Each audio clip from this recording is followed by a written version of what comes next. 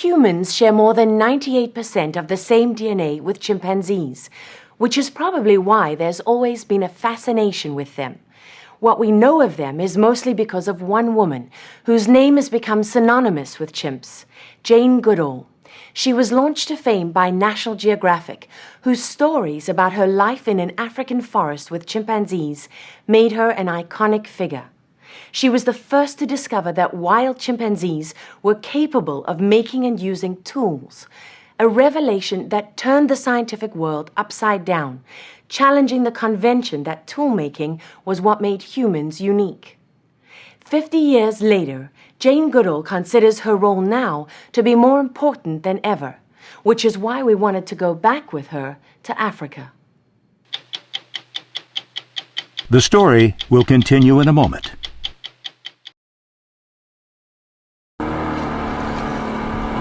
There's only one way to get to the Gombe forest, by boat. The hills there, which are like a desert now. When I arrived in 1960 in July, those hills were forest. We traveled with her across Lake Tanganyika, the longest lake in the world. And then into the forest which Jane Goodall called home for decades. She first came to Tanzania, to this stretch of tropical forest on the remote eastern shores of the lake, to study chimpanzees when she was 26 years old. A young girl from England with no scientific training, just a notebook and binoculars. How would you describe what it was like 50 years ago? It was a kind of magical place where I never knew each day what I might see or discover. We followed the forest trails for hours, through the towering trees and tangled vines, searching for Jane Goodall's chimpanzees. Then that unmistakable sound that led us right to them. Look at the little baby. And it's pretty amazing, the entire family. Jane instantly recognized her favorite family. 3 generations right there in front of us. She's followed this family for 50 years and gave them the names they're still known by today. What do you love about them? Just everything. This is little Goodall, nearly 2 years old. He's one of the youngest here. And his mother Gaia, who Jane's known for 17 years. His grandmother is Gremlin. Jane says she's one of the oldest and most gentle chimps in the forest. She's known her since she was born in 1970. Jane. Yeah, I can hear. Who's that? Glitter. 12-year-old Glitter is little Google's aunt. Today, the chimps are so used to humans, they don't mind getting close.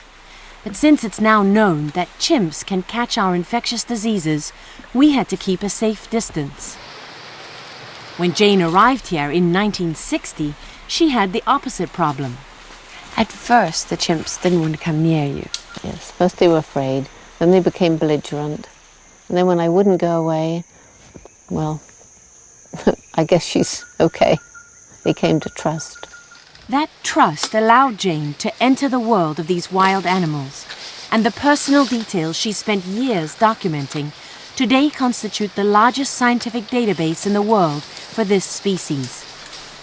It was obvious watching them that they could be happy and sad. And then the communication signals, kissing, embracing, holding hands, patting on the back, shaking the fist, swaggering, throwing rocks, all of these things done in the same context we do them. How did you see their sense of humor?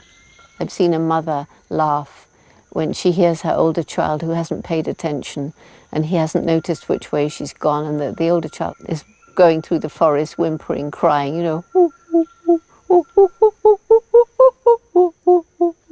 and the mother's up in the tree, quite quiet, and you hear her going, just laughing. I mean, it's just... Can you make a greeting? Let me get into the mood of doing the pant grunt of greeting. Yes.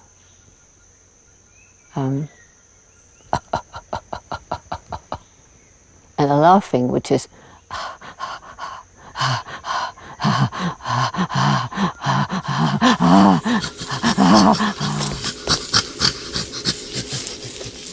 and can get quite loud. It does sound like laughing. Yeah, it does sound like laughing. It is laughing. We spent 12 hours in the forest with Jane Goodall before we witnessed firsthand what made her so famous. Chimpanzees using sticks as tools to fish for termites. Her discovery was initially received with some skepticism.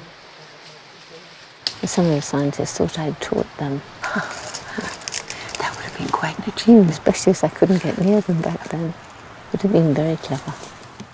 With the discovery came research funding from the National Geographic Society and fame. In 1960, Miss Jane Goodall arrives in Tanzania. Her discoveries here will startle the scientific world, lead to the possible redefinition of the word man.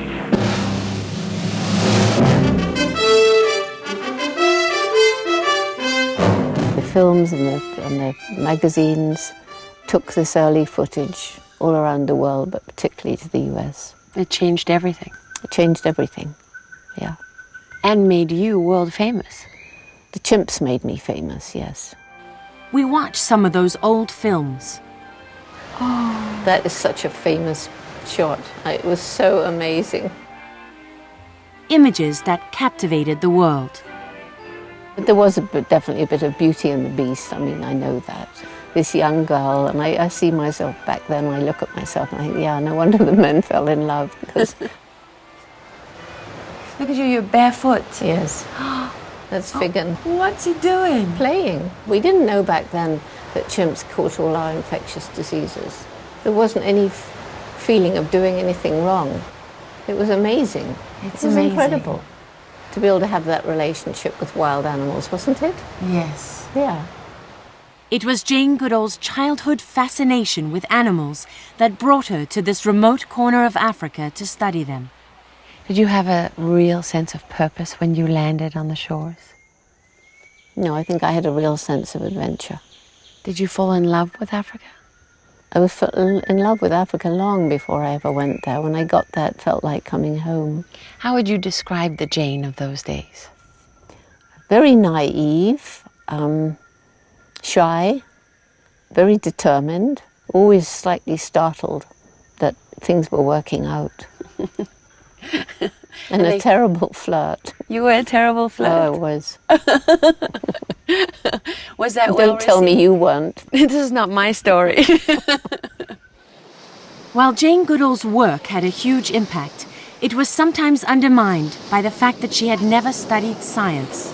Was it hard to be taken seriously by the scientific community? Oh, I was not taken very seriously by many of the scientists. I was known as a geographic cover girl. What did you think of that? Well, I didn't care. At least I didn't think I did. Because, you know, I was studying these chimpanzees, and if people thought I did it wrong, well, let them go and do it differently, but let me do it my way. What did you find about them that you didn't like? I hated the fact that they could be very cruel and brutal, and that they have a dark side just like us. Another of Jane Goodall's discoveries, that chimpanzees kill their own species. One more way they resemble humans. These images from the forest show a group attacking another chimp that's wandered onto their territory.